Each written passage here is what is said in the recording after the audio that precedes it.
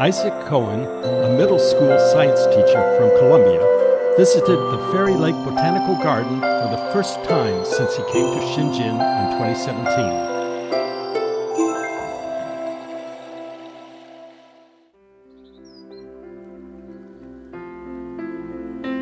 Following in the steps of local bryologist Zhang Li, Cohen appreciated the rarity of floras in the shade garden and was able to check out the heavenly scenery of the Youxi Valley, which is currently open only to group visits.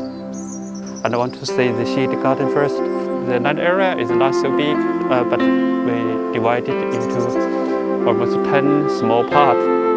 For example, this part is for camellia, and begonia, and bamboo. So it's a medicinal plant? Some was used by the local folks. This one is Hyperum. From this one is another genus. And this yellow one is some kind of fungi. Bryophyte is quite tiny and small, and they can find suitable habitat. They can grow. Since they do not need soil for nutrition and water, since they can get nutrition and water from the surface and also from the air. They do need the water for reproduction, right? Actually, they do need, but many of them can reproduction asexually. When they don't have the water, they just do a sexual reproduction. Yeah.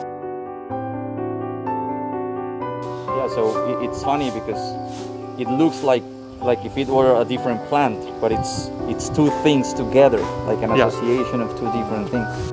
Some they grow in by themselves, and some is planted by us. Okay. They cover the ground and the rock surface and mix this habitat.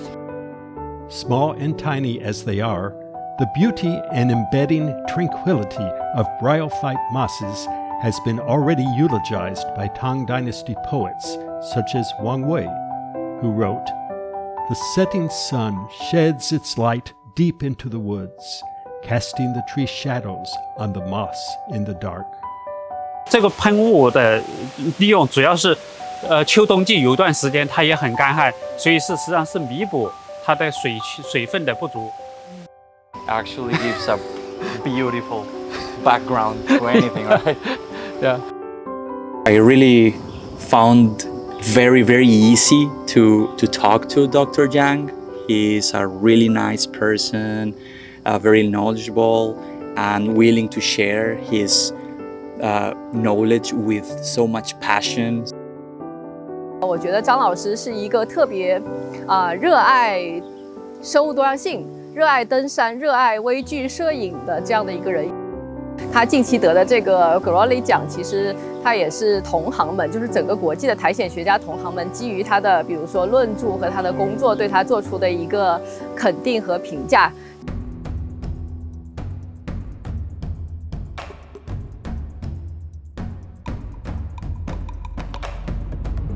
In 2012, Zhang and his team spotted a special species of bryophyte in Tibet.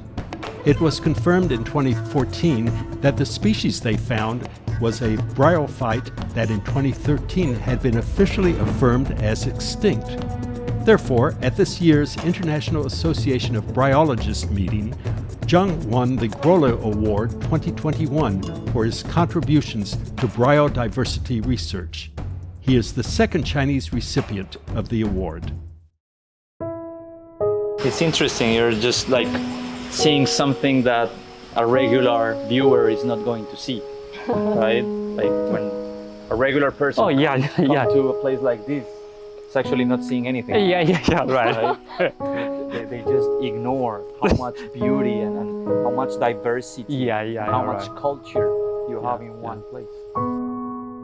I had the opportunity to ask a lot of questions and to have a very long conversation today.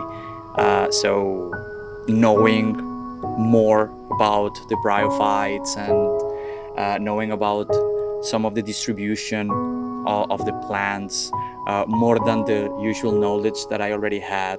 Oftentimes we just don't look at these plants at all. We just walk around and see what the flashy things are around us, but never stop to actually take a look at this small, huge world that we have everywhere. The bryophytes make a great difference in conserving ecosystems and alleviating global warming. 在某些环境的话，它也会就是减少水土流失。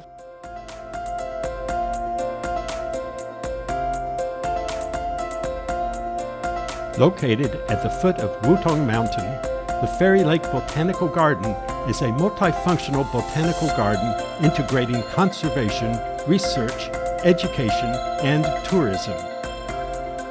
I'm from Colombia. Oh, Colombia. Oh, Very, very, very Oh. similar. Find basically the same structure, oh, structure. right? Like There are for different example, layers. the tall trees with small leaves, not letting too much sunlight. So then you have these lower plants with huge leaves to receive Yeah. a little bit of sunlight.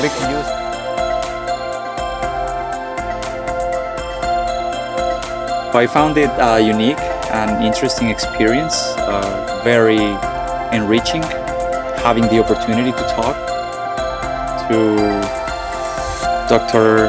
Zhang, hearing about all of his experience and knowing about the incredible world of the bryophytes, and having a walk around the park and see how beautiful all of these facilities are and all of the things that they have, and all of the high level of conservation of the place and the diversity that this place holds. During his 15 years at the Fairy Lake Botanical Garden, Zhang and his team have been working on the popularization of bryophyte knowledge by holding exhibitions and lectures for the public and publishing scientific books and articles on new media platforms.